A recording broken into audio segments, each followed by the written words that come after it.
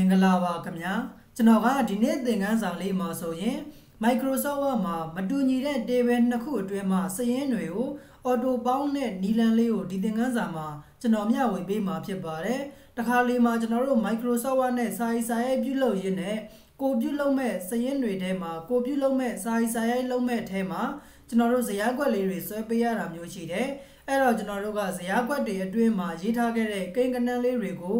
ပေါင်းကျင်တယ်ဆိုရင်ကျွန်တော်တို့ formula လေးတွေချိန်ပြီးတော့မှကျွန်တော်တို့ Excel လိုမျိုးပဲပေါင်းကြတယ်ပေါ့နော်ဒီမှာတော့ကျွန်တော်ကဇယားကွက်တစ်ခုအတွင်းမှာရေးထားခဲ့တဲ့စာရင်းတွေကို auto ပေါင်းမှာမဟုတ်ဘဲနဲ့ဇယားကွက်2ခု3ခု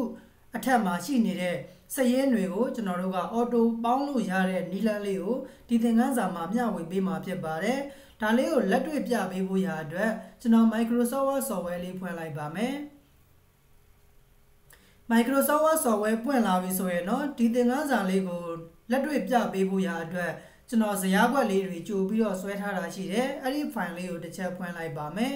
table auto sum ဆိုတဲ့ဒီ file လေးကိုဖွင့်လိုက်ပါမယ်ဖွင့်လိုက်တဲ့အချိန်မှာဆိုရင်ဒီမှာကျွန်တော်တို့ဇယားကွက်လေးနှစ်ကွက်ဆွဲထားခဲ့တယ်ကျွန်တော်တို့တူညီတဲ့ဇယားကွက်လေးနှစ်ခုပေါ့เนาะအဲ့တော့ကျွန်တော်တို့ကဇယားကွက်တွေကိုနှစ်ခုပဲဆွဲသုံးခုပဲဆွဲအဲ့ဒီသုံးခုတည်းကနေပြီးတော့ total amount တွေအားလုံးကိုအောက်မှာကျွန်တော်တို့ပေါင်းကြည့်ချင်တဲ့အခါမျိုးမှာဆိုရင်အလွယ်တကူ Microsoft Word မှာ formula ချိန်ပြီးတော့မှပေါင်းလို့ရပါတယ်ကျွန်တော်တို့ကပုံမှန်အတိုင်းဒီ set ကွက်နှစ်ခုရဲ့ total တွေကိုပေါင်းကြည့်ချင်တဲ့ဆိုရင်ဒါကျွန်တော်တို့ calculator ကိုအသုံးပြုပြီးတော့မှကျွန်တော်တို့ပေါင်းပေးရမယ်ပေါ့နော်အဲ့တော့တကယ်လို့ကိုက calculator ကိုမသုံးချင်ဘူးဒီရဲ့ set ကွက်နှစ်ကွက်အတွင်းမှာရှိနေတဲ့ total စာရင်းတွေကိုကျွန်တော်တို့ auto ပေါင်းကြည့်ချင်တဲ့ဆိုရင်တော့ကျွန်တော်အခုပြပေးမဲ့နည်းလမ်းလေးအတိုင်းလိုက်ပြီးတော့မှပြုလုပ်ပေးလို့ရပါတယ်ဒီရဲ့သင်ခန်းစာလေးကကျွန်တော်ဟိုရင်တုန်းကလည်းသင်ကြားပေးခဲ့တာလေးရှိတယ်ဒီသင်ခန်းစာလေးမှာသင်ပြပေးတဲ့သင်ခန်းစာလေးတွေကတော်တော်များများမသိကြသေးတဲ့အတွက် Microsoft Word မှာလူသိနေသေးတဲ့အတွက်ကျွန်တော်ပြန်လည်ပြီးတော့မှသင်ပြပေးလိုက်ခြင်းဖြစ်ပါတယ်အခုဒါဆိုရင်ကျွန်တော်တို့ဒီမှာဇယားကွက်လေးနှစ်ခုရှိတယ်အဲ့ဒီဇယားကွက်အတွင်းမှာရှိတဲ့ total တွေကိုကျွန်တော်တို့အသစ်ကနေပြန်ပြီးတော့လုပ်လိုက်ဒါကြောင့်ဒီမှာကျွန်တော်တို့ဖြတ်လိုက်ပါမယ် base page နဲ့ကျွန်တော်တို့ဖြတ်လိုက်မယ် base page နဲ့ဖြတ်လိုက်ဒါဆိုရင်ကျွန်တော်တို့ဒီမှာ item ရဲ့ amount ရဲ့ရှိတယ် item မျိုးအမည်တွေရှိမယ်ဒီမှာသူတို့တွေရဲ့သက်ဆိုင်ရာ amount တွေရှိမယ်ဒီမှာကျွန်တော်တို့ကအောက်ဆုံးလေးမှာ total လိုချင်လို့ဆိုရင်ကျွန်တော်တို့ calculator ခေါ်ပြီးတော့မှဒါတွေတစ်ခုချင်းလိုက်ပေါင်းပြီးတော့ထည့်စရာမလိုဘူးကျွန်တော်တို့ Excel လိုမျိုးပဲအပေါင်း formula လေးအသုံးပြုပြီးတော့မှကျွန်တော်တို့ auto တွက်ချက်ပေးလို့ရပါတယ်ဘယ်ကနေပြီးတော့ကျွန်တော်တို့တွက်ချက်မှာလဲဆိုရင်ကိုအဖြေထုတ်ချင်တဲ့ဆဲကွက်လေးမှာကာစာချပြီးရင်ကျွန်တော်တို့ဒီမှာ၄ရောက်တက်ထဲကနေပြီးတော့မှ formula ဆိုတဲ့ထဲကိုကျွန်တော်တို့ဝင်ပေးရပါမယ်formula ဆိုတဲ့နေရာလေးကိုကျွန်တော်တို့ရောက်လာပြီဆိုရင်เนาะဒီမှာပေါ်နေတာလေးတွေကိုကျွန်တော်တို့အကုန်လုံးဖြတ်လိုက်ပါမယ် base page နဲ့ဖြတ်လိုက်မယ်ပြီးရင်တော့ formula ရေးဖို့ရာအတွက်ညီမျှခြင်းလေးထိုးပါမယ်ဒီဆဲကွက်တွေအားလုံးကိုကျွန်တော်တို့ကပေါင်းကျင်တာဖြစ်တဲ့အတွက် SUM sum ဆိုတဲ့အပေါင်း formula လေးရေးပါတယ်ပြီးရင်တော့ကွင်းလေးစမယ်ကွင်းစပြီးသွားပြီဆိုရင်တော့ကျွန်တော်တို့ကဒီမှာအောက်ဆုံးဆဲကွက်လေးမှာအဖြေထုတ်မယ်သူ့ရဲ့အပေါ်မှာရှိနေတဲ့ဆဲကွက်တွေအားလုံးကို auto ပေါင်းချင်တာဖြစ်တဲ့အတွက် ABOVE အဘတ်ဆိုပြီးတော့မှရေးပေးရပါမယ်ပြီးရင်တော့ကွင်းလေးပြန်ပိတ်ပါမယ်တကယ်လို့ကိုဖြေထုတ်ချင်တဲ့ဆဲကွက်တွေရဲ့ဘယ်အချက်မှာရှိနေတဲ့စာရင်းတွေကိုပေါင်းချင်တဲ့ဆိုရင်တော့လက်လို့ရေးပေးရမယ်ညာဘက်အချက်မှာရှိနေတဲ့စာရင်းတွေကိုပေါင်းချင်တဲ့ဆိုရင်တော့ right လို့ရေးပေးရမယ်အောက်မှာရှိနေတဲ့စာရင်းတွေကိုပေါင်းချင်တဲ့ဆိုရင်တော့ button ဆိုပြီးတော့ရေးပေးရမယ်ပေါ့နော်အခုဒီမှာတော့ကျွန်တော်တို့ကကိုဖြေထုတ်ချင်တဲ့ဆဲကွက်ရဲ့အပေါ်မှာရေးထားခဲ့တဲ့စာရင်းတွေကို total ပေါင်းကြည့်ချင်တာဖြစ်တဲ့အတွက် ABOVE အဘတ်ဆိုပြီးတော့ရေးပေးလိုက်ပါတယ်ပြီးရင်တော့ကျွန်တော်တို့ okay နှိပ်လိုက်မယ် okay နှိပ်လိုက်တာနဲ့တပြိုင်နက်သူတို့တွေရဲ့သက်ဆိုင်ရာ amount တွေရဲ့ total တွေကိုတခါတည်းသူက formula ချိန်ပြီးတော့မှတွက်ပေးသွားတာကိုတွေ့ရပါလိမ့်မယ်ဒါဆိုရင်ကျွန်တော်တို့ table တစ်ခုအတွက် total amount လေးရသွားပြီပေါ့နော်အဲ့တော့နောက်ထပ်ကျွန်တော်တို့မတူညီတဲ့ table လေးတစ်ခုအတွင်းမှာလည်းဒီလိုပဲ total အားလုံးပေါင်း total လေးကျွန်တော်တို့ပေါင်းကြည့်မယ်ကိုဖြေထုတ်ချင်တဲ့ဆဲကွက်လေးမှာကာစာချပြီးရင်ကျွန်တော်တို့၄ရောက်တက်ထဲကိုဝင်ပေးမယ် formula တွက်ချင်တာဖြစ်တဲ့အတွက် formula ဆိုတဲ့ထဲကိုဝင်ပါမယ်ဒီမှာကျွန်တော်တို့ကဒါလေးတွေကိုဖြတ်ပြီးတော့မှကိုယ်တိုင်ပြန်ရေးလို့ရပါတယ်ညီမျှခြင်းလေးထိုးမယ် total amount ကိုပေါင်းချင်တာဖြစ်တဲ့အတွက် SUM sum ဆိုတဲ့ formula လေးသုံးပေးမယ်အောက်ဆုံးကဆဲကွက်လေးမှာအဖြေထုတ်မယ်သူ့ရဲ့အပေါ်မှာရှိနေတဲ့ amount တွေကို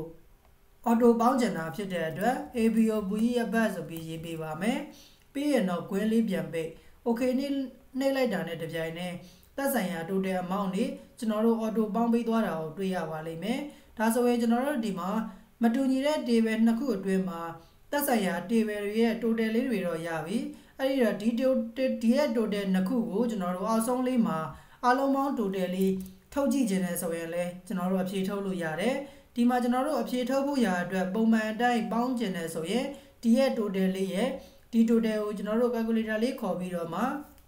ကျွန်တော်တို့ပေါင်းပေးရမယ်ပေါ့နော်အဲ့လိုမျိုးကျွန်တော်တို့ကပေါင်းချင်တာမဟုတ်ဘူး Microsoft Word ထဲမှာပဲတပါးတဲ့မတူညီတဲ့ table နှစ်ခုအတွင်းမှာစာရင်း total တွေကိုပေါင်းကြည့်ချင်တယ်ဆိုရင်ပေါင်းလို့ရပါတယ်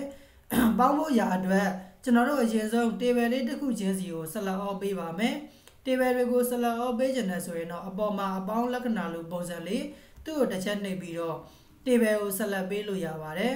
select ပေးပြီးသွားပြီဆိုရင်တော့ကျွန်တော်တို့ insert tab ထဲကိုဝင်ပေးရမယ်ဒီရဲ့ bookmark ဆိုတဲ့ထဲမှာကျွန်တော်တို့မှတ်ပေးခဲ့မှာဖြစ်ပါတယ်ဒါကြောင့် table လေးကို select ပေးထားပြီးတော့မှ bookmark ဆိုတာလေးထဲကိုကျွန်တော်တို့တစ်ချက်နှိပ်ပြီးတော့ဝင်မယ်ဝင်ပြီးသွားပြီဆိုရင်တော့ကျွန်တော်တို့ဒီမှာဒီရဲ့ bookmark ဆိုတဲ့နေရာလေးမှာကာစာလေးမိတ်တော့ဝင်နေပါလိမ့်မယ်ဒီနေရာလေးမှာကျွန်တော်တို့ကိုပေးခြင်းနဲ့နာမည်ပေးခဲ့လို့ရတယ်ပေါ့နော်အဲ့တော့ဒီကောင်လေးကပထမဆုံး table လေးဖြစ်တဲ့အတွက်ကျွန်တော် table 1ဆိုပြီးတော့ပဲနမူနာအနေနဲ့ပေးခဲ့လိုက်ပါမယ်ဒီမှာတော့ကိုကြိုက်တဲ့နာမည်ပေးခဲ့လို့ရတယ်ပေါ့နော်အဲ့တော့အခုဒီမှာတော့ကျွန်တော်က table 1ဆိုပြီးတော့နာမည်လေးပေးခဲ့တယ်ပေးပြီးသွားရင်တော့ဒီဘက်ဘေးမှာ s ဆိုတာလေးရှိတယ်သူ့ကိုတစ်ချက်နှိပ်မယ်နှိပ်ပြီးသွားပြီဆိုရင်တော့ကျွန်တော်တို့ရသွားပြီနောက်ထပ် table လေးတစ်ခုမှာ select all လေးပေးလိုက်ပါမယ် insert tab ထဲကနေပြီးတော့ bookmark ဆိုတဲ့ထဲကိုပြန်ဝင်ပြီးသွားပြီဆိုရင်တော့ဒီထက်မှာကျွန်တော်တို့နောက်ထပ် table 2ဆိုပြီးတော့မှနာမည်လေးပေးခဲ့လိုက်ပါမယ်ဒုတိယ table လေးဖြစ်တဲ့အတွက် table 2ဆိုပြီးတော့နာမည်လေးပေးလိုက်တယ်ပေးပြီးသွားရင်တော့သူ့ကိုကျွန်တော်တို့က add ဆိုတာလေးလုပ်ပေးခဲ့လိုက်မယ်အလုပ်လိုက်တာနဲ့တပြိုင်နက် bookmark ဆိုတဲ့ထဲမှာပြန်ဝင်ကြည့်မယ် table 1ရဲ့ table 2ရဲ့ဆိုပြီးတော့ကျွန်တော်တို့ဝင်နေတာကိုတွေ့ရပါလိမ့်မယ် table 1ကတော့အပေါ်က table လေးကိုကိုစားပြုတယ် table 2ကတော့အောက်က table လေးကိုကိုစားပြုတယ်ဒါလေးတွေအားလုံးကျွန်တော်တို့က bookmark ထဲမှာမှတ်ပြီးသွားပြီဆိုရင်တော့ကိုဖြေထုတ်ချင်တဲ့ site web လေးရှိတဲ့နေရာလေးမှာကာစာလေးချပေးပါမယ်ကာစာချပြီးသွားပြီဆိုရင်တော့ insert tab ထဲကနေပြီးတော့မှဒီရဲ့ tag group ထဲမှာ quick path ဆိုတာလေးရှိပါတယ်ဒီကောင်လေးတွေကိုကျွန်တော်တို့တစ်ချက်ဝင်ပေးမယ် quick path ဆိုတဲ့ထဲကိုဝင်ပြီးသွားပြီဆိုရင်တော့ကျွန်တော်တို့ fee ဆိုတဲ့ထဲကိုကျွန်တော်တို့တစ်ချက်ဝင်ပေးရပါမယ် fee ဆိုတဲ့ထဲကိုဝင်လိုက်တာနဲ့တပြိုင်နက်ဒီရဲ့ပေါက်လေးကျလာတယ်ကျွန်တော်တို့က table နှစ်ခုအတွင်းမှာ total တွေကို auto ပေါင်းချင်တာဖြစ်တဲ့အတွက် formula ဆိုတဲ့ထဲကိုဆက်ပြီးတော့ဝင်ပေးမယ်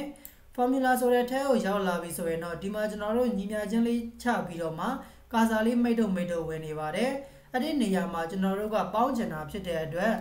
SUM စမ်းဆိုပြီးတော့ရေးလိုက်ပါတယ်ကွင်းလေးစလိုက်မယ်စမ်းပေါင်းပါမယ်ဘယ်ဟာတွေကိုပေါင်းချင်တာလဲကျွန်တော်တို့က table 1ရဲ့ table 2ရဲ့ကိုပေါင်းချင်တာဖြစ်တဲ့အတွက် TABL table 1ဆိုပြီးတော့ရေးလိုက်ပါတယ်ပြီးရင်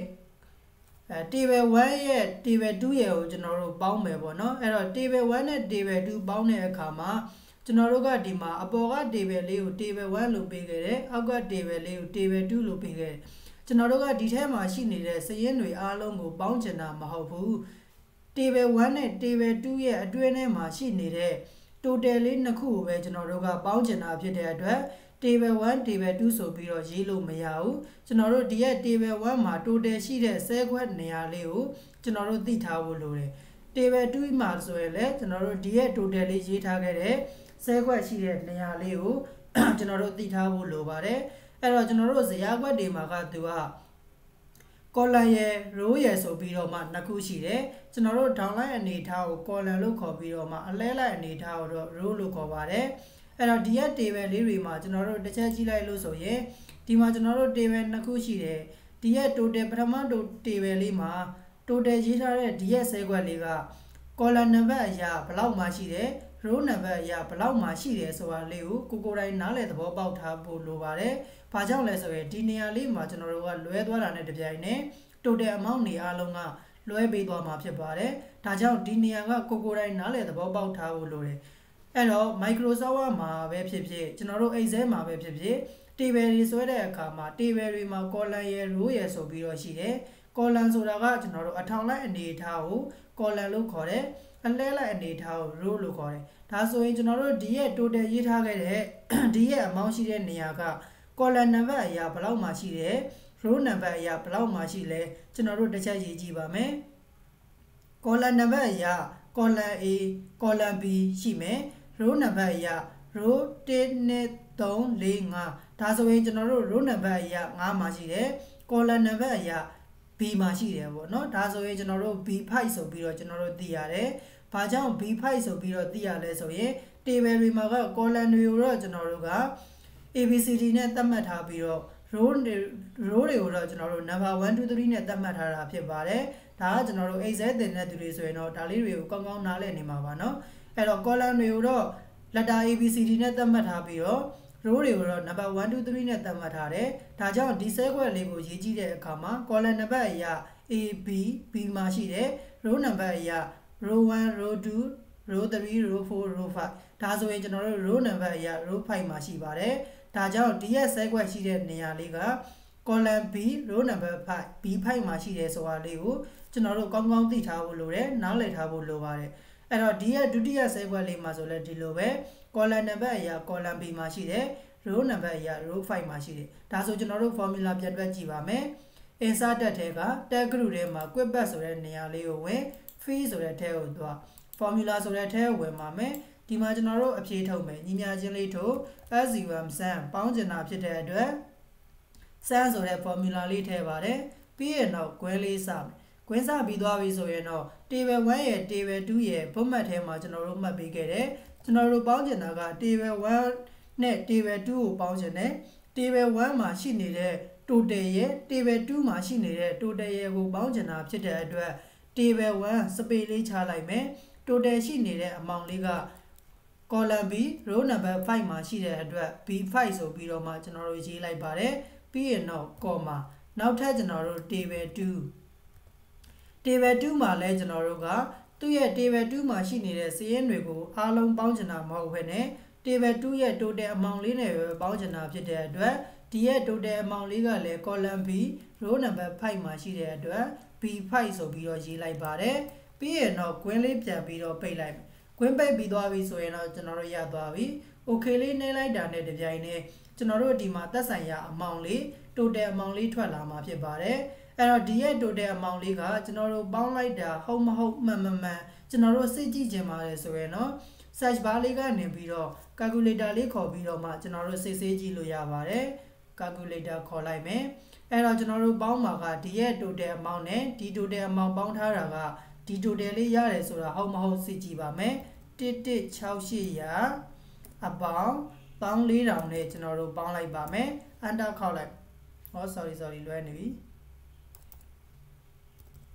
1168000အပေါင်း14000နဲ့ကျွန်တော်တို့ပေါင်းလိုက်ပါမယ် enter လေးခေါက်လိုက်မယ်1182000ဆိုပြီးတော့ရတယ်ဒီမှာဟုတ်မဟုတ်ကျွန်တော်တို့တစ်ချက်ကြည့်မယ်1182000ဆိုတာလေကျွန်တော်တို့ရဒါဆိုရင်ကျွန်တော်တို့ Microsoft Word မှာမတူညီတဲ့ table နှစ်ခုအတွင်းမှာစာရင်းတွေကို auto ပေါင်းတဲ့ဒီလန်လေးကိုကျွန်တော်တို့နားလည်လောက်မယ်လို့ထင်တယ်ဒီမှာတော့ကျွန်တော်ကနမူနာအနေနဲ့ဇယားကွက်လေးနှစ်ခုပဲဆွဲပြတယ်ပေါ့နော်တကယ်လို့ကိုကဇယားကွက်နှစ်ခုမဟုတ်ဘူး3ခု4ခုဆိုရင်လည်းကျွန်တော်တို့ format ထဲမှာ table 1 2 3 4ကျွန်တော်တို့ assign လိုက်ပေးခဲ့ပြီးတော့မှအခုနီလန်လေးတိုင်းလိုက်ပြီးတော့မှပြုလုပ်ပေးလို့ရပါတယ်ဒါဆိုရင်ကျွန်တော်တို့ Microsoft Word မှာမတူညီတဲ့ table နှစ်ခုအတွင်းကဇယားတွေကို auto ပေါင်းတဲ့နီလန်လေးကိုကိုယ်တိုင်နားလည်သဘောပေါက်လောက်ပြီးလို့ထင်ပါတယ်ဒါလေးကိုကိုယ်တိုင်လက်တွေ့